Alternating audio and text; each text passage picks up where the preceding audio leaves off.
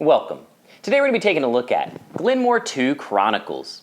This is a 2 to 4 player tile placement rondel city building game where you take the role of Scottish clan leaders from the medieval times to the 19th century. You'll be expanding your territory, growing barley, buying and selling goods, befriending other clans in the Highlands, and gaining control over landmarks, trying to become the most successful clan. How do you become the most successful clan and win the game? By having the most victory points at the end of 4 rounds. Now that we know what the winning condition is, let's take a look at the components, setup, and how gameplay works in Glen More II Chronicles. Now let's take a look at the components. You have your rondel main game board, clan main game board. Next we have your tiles. On the back of the tiles you have the letters S for your starting tiles, and then A, B, C, and D. And then finally you have your David Hume tile. You have landmark cards, your die, which is required in a 2-player game and optional in a 3 to 4 player game. In each player color you have your home territory tile, Scotsman, and clan markers. Then we have your resources. You have barley, wood, whiskey, stone, cattle, and sheep, victory point tokens, coins, additional clan shields to remind of ongoing effects, your chronicles, and then finally your rulebook. Now let's take a look at the setup. We're going to be setting this up for a 3-player basic game, which takes 10 steps. Step 1, get player components. You will choose a color and get the home territory tile, Scotsman, and clan markers of that color. You'll place the home territory tile in the middle of your play area with 1 Scotsman on top of the village. Step 2, place the main boards. You'll place the rondel main board and the clan main board in the middle of the play area. You'll also place the additional clan shields on the clan main board. Step 3, place your resource pools. You'll create resource pools next to the play area for your whiskey, wood, stone, barley, sheep, cattle, coins, and victory point tokens. Step 4, place landmark cards. You'll place the landmark cards under the rondel. It is recommended to only place A cards and leave the B through D cards to the side until they come into play in the B through D rounds.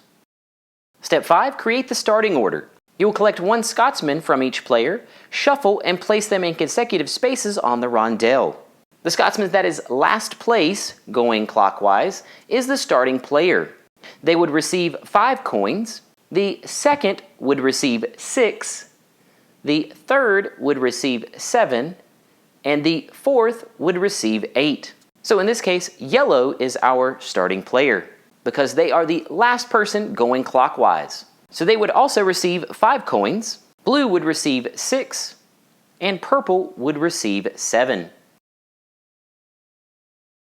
Step 6, place the die. In a 2-player game, it is required, but in a 3 to 4 player game, it is optional and makes the game shorter. You'll place the die in the space in front of the first Scotsman going clockwise. So in this case, it goes in the space in front of purple. Step 7, separate, shuffle, and place tiles. You will separate the tiles by the letters on the back of the tiles, S, A, B, C, and D, and then you will separate the N tile from the D stack and the Glen More tile or David Hume tile. You will then shuffle each stack with a letter and place the A through D on their locations on the rondel main board, and you will place the N tile in the middle of stack D. It's good to keep in mind that for a shorter game, you may place the N tile at the top of stack D. Step 8, create the rondel. You'll place the starting tiles face up in front of the die space going clockwise. Then you will fill the remaining spaces with the tiles from stack A, leaving only 1 blank space between the tiles and our starting player. Step 9, set up the market. This is for the 2 and 3 player games only. You will place a coin on the leftmost space of each market row. Step 10, place the David Hume tile. You'll place the tile next to the clan main board above the name. Now let's take a look at the gameplay. A game consists of 4 rounds. A round has 2 phases, player turns and scoring. In rounds 1 through 3, the player turn phase of the round will last until the last tile from stack A for round 1, stack B for round 2, and stack C for round 3 is placed on the rondelle. Then we would move to the scoring phase. In round 4, player turns will continue until all players have moved on or over the game end tile. Then the 4th round scoring phase will begin. After the 4 rounds, we will have a final scoring. Now let's look at each phase to a round in more detail, starting with player turns. During the player turns, the last player on the rondelle will take their turn. It's good to keep in mind that it is possible to take multiple turns in a row. A player's turn consists of 4 steps. Step 1, you may move your Scotsman up to any tile space on the rondelle. Step 2, take and place the tile.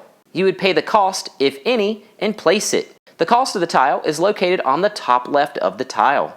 If you've taken a territory tile, you must place the tile where it touches a side of an existing territory tile and around a tile where a Scotsman is located, whether it be diagonal or orthogonal. After placing a territory tile, you would gain the initial effect on that tile, which is located in the bottom left corner. It's good to keep in mind that if you've chosen a tile with a river symbol, then it must be placed to continue the river starting on your home territory tile. Your territory can never have more than one river, and you can never place land where a river is going. So you can never place a land tile to the left or the right of your home territory tile. If you've chosen a person tile, then you would place the person tile to the side of your play area, and you would gain the favor of a clan. Going from the starting location on the main clan board, you would place your clan marker on one of the clans connecting to the starting location. So if you're the first person that has chosen a person tile, then you could place your clan marker on one of 4 clans on the clan main board. Then you may go down any route from that clan for your next clan marker. It's good to keep in mind that when doing so, you will always check and see if you have to pay a coin cost on that road. After placing the clan marker, you would gain the effect on that clan's shield. Step 3, you will activate that tile and all surrounding tiles, diagonal or orthogonal, and the activations are located in the bottom right corner of the tiles. And then step 4, you would add tiles to the rondelle until one blank space is left. If a tile is skipped over by all players, it is discarded. It's good to keep in mind that at any point in a player's turn, they may buy or sell resources to the market. To buy resources from the market, you would pay the leftmost coin cost that is available. So at the beginning of the game, for a 2 to 3 player game, you would have to pay 2. To sell resources to the market, you would collect the rightmost stack of coins on that row. So at the beginning of a 2 to 3 player game, you would collect the 1 coin stack for your resource. During your turn, if you legally cannot take a tile, you must move to a tile and discard that tile to get 1 coin or 1 movement point, which your movement point would allow you to move 1 Scotsman 1 space in your territory. If you have taken a territory tile with the overbuild icon, which is located in the top right, it tells you what type it can go on top. There's a reference in the rulebook for effects and activations. When players are taking turns, if the die is last and it's the die's turn, you would roll the die and move the die that number of tiles and discard that tile. Keep in mind that you cannot discard Chronicle tiles. It would move to the next available tile.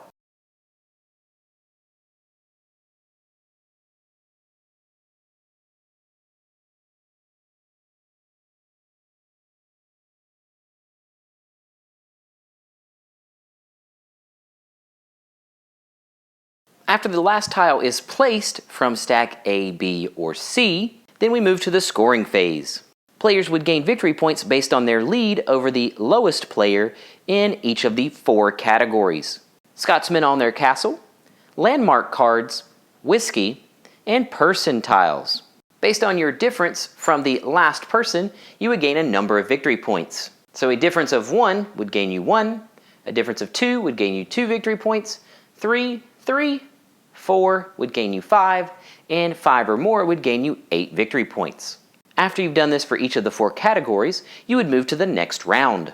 So since purple has 1 Scotsman on their castle tile, they would gain 1 victory point, since the lowest is 0. Blue is the only player that has a card, and they have 1 card, so they would get 1 victory point. No one has whiskey. And then finally the percentiles. Since purple and yellow have 1, and blue have 0, and blue have none, purple and yellow would gain 1 victory point. After you have finished scoring the 4 categories, you would move to the next round, starting with your player turns phase. And then rounds would continue until the end of the scoring phase in the 4th round. After you finished the scoring phase in the 4th round, you would go to the final scoring. The final scoring takes 4 steps. Step 1, score the territory. For each player who has more territory tiles than the player with the lowest number of territory tiles, they would pay 3 victory points for each tile more than that person. So if the least amount was 8 and a player had 9, they would owe 3 for the tile that was more than the least player. Step 2, you would cash in your coins for victory points in a 1-to-1 ratio, so 1 coin to 1 victory point.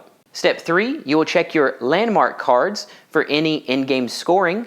And then step 4, you would add up your victory points. The player with the most victory points has the most successful clan and wins Glen More II Chronicles.